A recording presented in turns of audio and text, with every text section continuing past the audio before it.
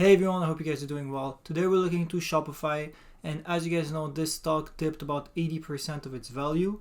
They recently did a stock split, which by the way does not affect the value of the company. And one way to just notice that is by looking at the market cap, which stays the same before and after the stock split. Alright, so as you guys know, the first thing I like to look at is if the revenue and the operating cash flow have been growing in the past 5 years, and is this growth consistent? So for the revenue, right away we can see that yes, it's been consistent with a compounded annual growth rate of 61% for the past 5 years, which is good.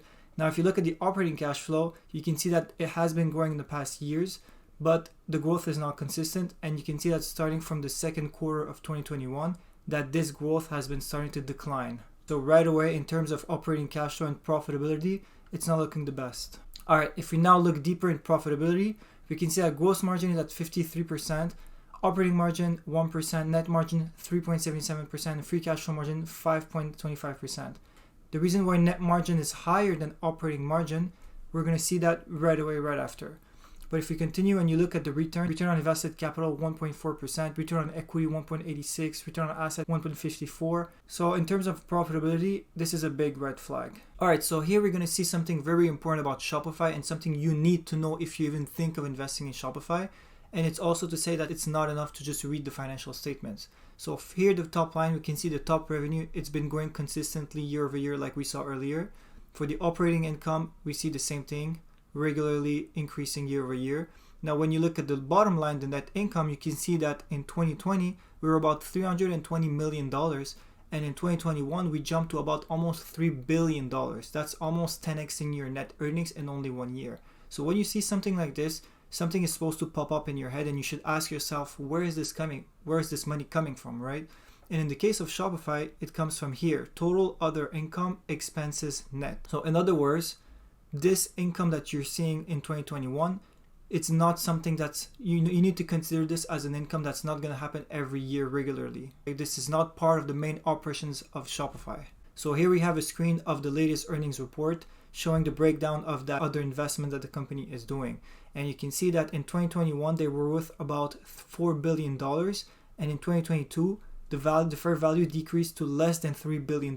That's down of 37% in only 1 year. The second thing is that the first line says equity and other investments with readily determinable fair values. And the second one is without readily determinable fair values.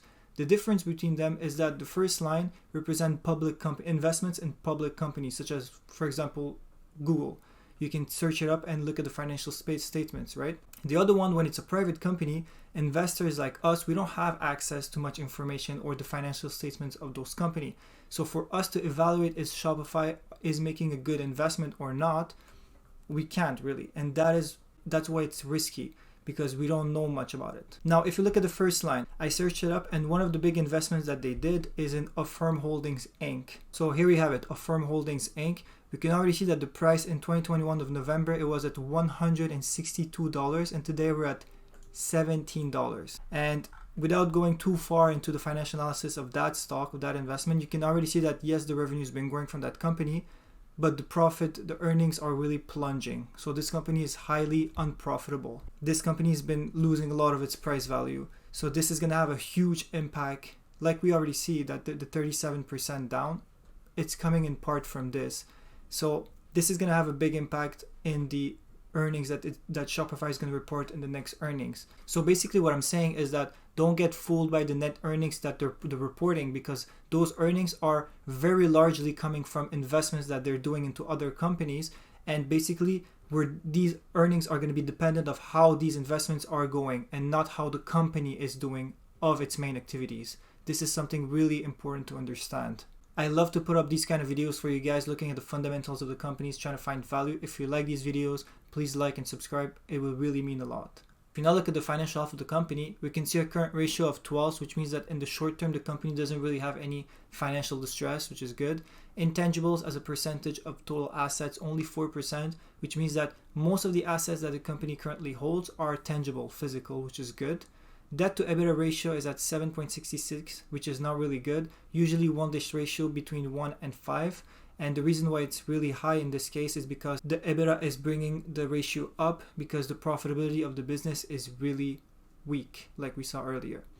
Now, if you look on the right, the total debt is at only $911 million, whereas the total cash at $7.2 billion. And as you guys know in this channel, I love when the company has a lot more cash and barely debt, or a lot more cash than debt. But in the case of Shopify, if you look at the number of diluted shares, you can see that in 2018, it was about 1,056,000 shares, and in 2021, it was at 1,273,000 shares. This is roughly an increase of 18% of the number of shares in only 4 years. So this is heavy dilution for the shareholders. But I wouldn't even blame the management team, because the stock price was so overvalued that it was cheaper for them to finance their projects by diluting the shares instead of getting more debt into the company. So as you guys know, dilution is important and it does kill your returns over time. So here on the left, you can see we're sharing a $15 profit between 3 people. My share of the profits would be $5. Now, if the company is starting to dilute their shares and we're now splitting it between 6 people, my share of the profit would be only $2.50. So just be careful, because dilution is important. All right, let's now do a quick recap. So first, we saw that revenue is in fact growing really fast year over year. This is a good thing. This being said, the profitability, we saw that the company has very little margins, okay? And the second important point is that most of the earnings and the profitability of the company is coming from other investments that the company is doing. And as I said earlier, these investments, that portion of the earnings, which is a big part of the earnings, are not even coming from the main operations of the company. For example, the e-commerce platform, the e-commerce using the platform. So this is something important to keep in mind.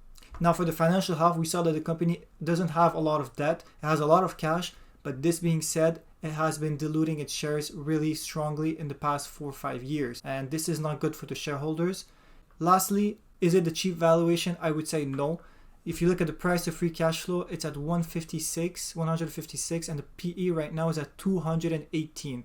So I mean, I think this is out of question. This is such a big ratio for the current valuation.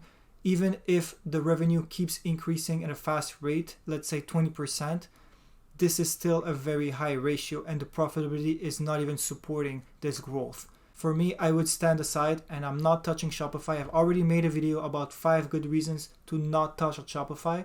And even today, after it's lost about 80% of its value, I'm still having the same thesis about Shopify. So that was it for Shopify, guys. If you enjoyed this content, found it useful, please consider subscribing. It really helps the channel, and I'll see you on the next one.